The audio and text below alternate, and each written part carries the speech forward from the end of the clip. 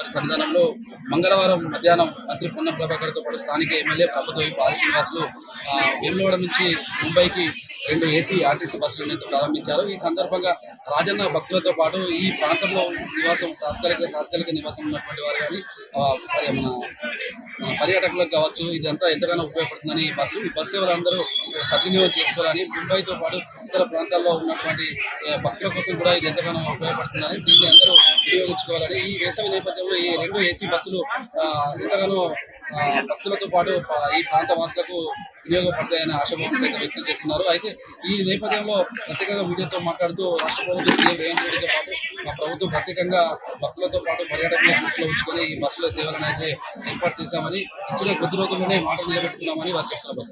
ముఖ్యమంత్రి గారు కూడా వెంటనే ఇటువంటి ఒక బస్సు వేసే నిర్ణయాన్ని వారు ప్రశంసించినారు. ఎక్కడెక్కడైతే అవసరం ఉందో ఇటువంటి బస్సు ఏర్పాట్లను కూడా వెంటనే చేయాలని కోరుతా ఉన్నారు. రాబోయే కాలంలో జిల్లా కేంద్రం నుంచి ప్రతి హైదరాబాద్కు, అదేవిధంగా ప్రతి పుణ్యక్షేత్రానికి కూడా బస్సులు వేసే విధంగా ప్రణాళిక కొనసాగుతూ ఉంది. రాష్ట్ర ప్రభుత్వం రేవంత్ రెడ్డి గారి నాయకత్వంలో ఏర్పడ్డ ప్రజాపాలన మహిళలకు మహాలక్ష్మి పథకం కింద ఉచితంగా ఇవ్వడంతో పాటు ఈ పథకం సక్సెస్ కావడానికి కష్టపడుతున్నటువంటి ఆర్టీసీ డ్రైవర్లు, కండక్టర్లు, సిబ్బంది వారందరి సంక్షేమం కొరకు పనిచేస్తూనే ప్రయాణికుల సౌకర్యము, సంస్థ అభివృద్ధి దిశలో పనిచేస్తూ ఉన్నాం.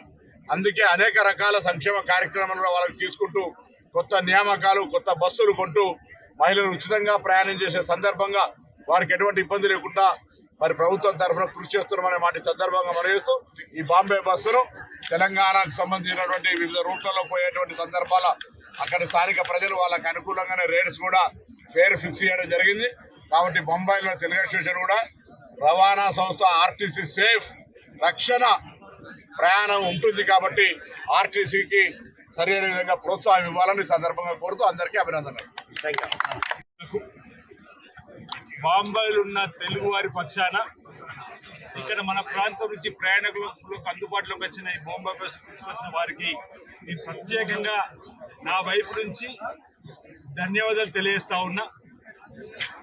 బంధుత్వాలు, బాంధవ్యాలు మరింత పెంపొందించే విధంగా ఈ కనెక్టివిటీ ఇవ్వడం ద్వారా బాంబేలో స్థిరపడ్డటువంటి తెలుగువారు తిరిగి తన మాతృభూమికి, తన ధర్మస్థలానికి తరచూ రావడానికి చక్కటి అవకాశం ఏర్పడిన వేళ ఇటీవల మాసం రోజుల కింద బాంబే వెళ్ళినప్పుడు తెలుగు అసోసియేషన్ కానీ అక్కడ ఉన్నటువంటి సంక్షేమ సంఘాలు ఈరోజు ఇక్కడ కూడా వాళ్ళు స్వయం కృషి ఫౌండేషన్ వాళ్ళు కూడా రావడం జరిగింది బస్సులో ప్రయాణం చేయడానికి.